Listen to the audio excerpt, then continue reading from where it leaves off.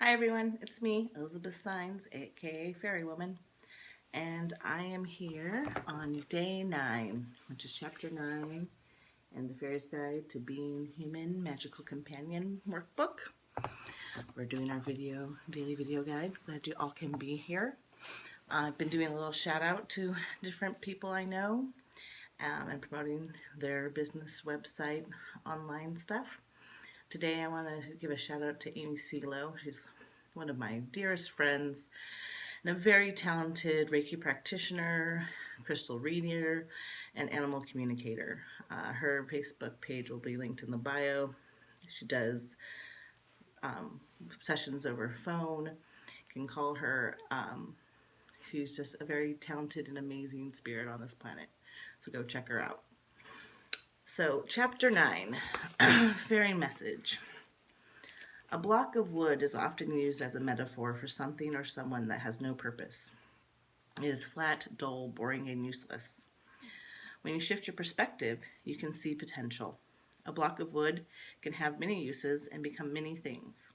It is a doorstop, a building block, a toy, a step, a table, or a great piece of exercise equipment.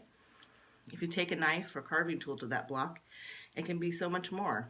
It is a spoon, a plate, a bowl, or a cup, carrying much needed nourishment to someone.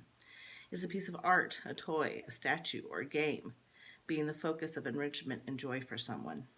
It is a hammer, a pin, a joint, a shelf, or a wedge, being a much needed tool for someone. If you feel like you are useless, helpless, stuck, unmoving, dull, or boring, you need to shift your perspective. Everything in your universe is magical, amazing, and a miracle. Every moment is packed full of life. Take the time to shift your perspective and find the opportunity, the gift, the potential of each day. You are full of potential the exact way you are in this moment. You do not need any more training, money, time, peace, love, or help to be more than who you are. You are you, and that is perfect. The Fairies.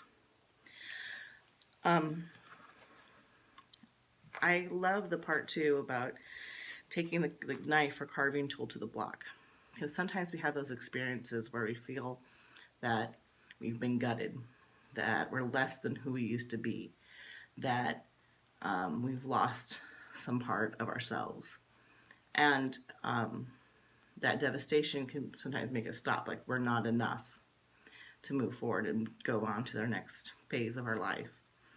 And this is seeing it in a different way, seeing it as like a knife or a carving tool, that maybe you are less or carved out differently than you were before, but that doesn't mean that you've lost purpose. That doesn't mean that you are less than. It just means that you've taken a different form. And I think that's important when we're in this whole experience where there's a lot of grief and a lot of feelings of loss. People losing their jobs, people losing their shops, people really having their lives turned upside down. You can feel like that's it. You know, I've lost everything. I'm not who I am anymore. I've lost my identity. And you have, but just because you lost that identity doesn't mean you're less of who you are or you're not enough. It means you're going into a new one, a new form. And the more you can embrace that process and that change, you will find your purpose that much easier. So the action step for today is decide what today's potential could be. Do not be stuck in the old humdrum ideas of potential. Some of my suggested ideas are: 1, to be filled with rest and relaxation. 2, to find the tastiest fruit your tongue has ever tasted. 3, the ability to find joy in every experience. 4, to allow yourself to cry all day. Or 5, to be completely honest with yourself and others about what you think and what you feel. So often we think about potential and success and those kind of goal-oriented ideas, which there's nothing wrong with those goal-oriented ideas, but our society puts so much pressure on producing, on if you have a hobby, find out the way to get monetary value from it. If you're doing something, then you should be producing something, having some kind of monetary exchange, or just having some great production from it to make it valuable. when sometimes one of the most valuable things you can do is self-care. It is to rest, to let your body heal. It is to get in touch with your emotions and feel those emotions. When you're pushing to do all the time and you're not giving yourself the time to stop and reflect and feel and let let that inner self talk to the more conscious self, you get stuck in this, like, hamster wheel of that production, and things just start falling apart. You'll be hitting a lot more blocks. Things won't flow as easy because that inner self starts screwing things up because it's not being heard. So I hope that in this lockdown time that a lot of us are in, that you're finding time to tune in and listen to that inner self and what it is saying to you, and seeing what it really needs.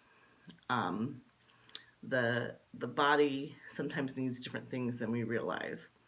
And when we listen to the physical body, the emotional body, and the spiritual body, we find that way of peace and ease to move through our life. So those are my magical tips for today. I hope you have a wonderful magical day, and we will see you tomorrow.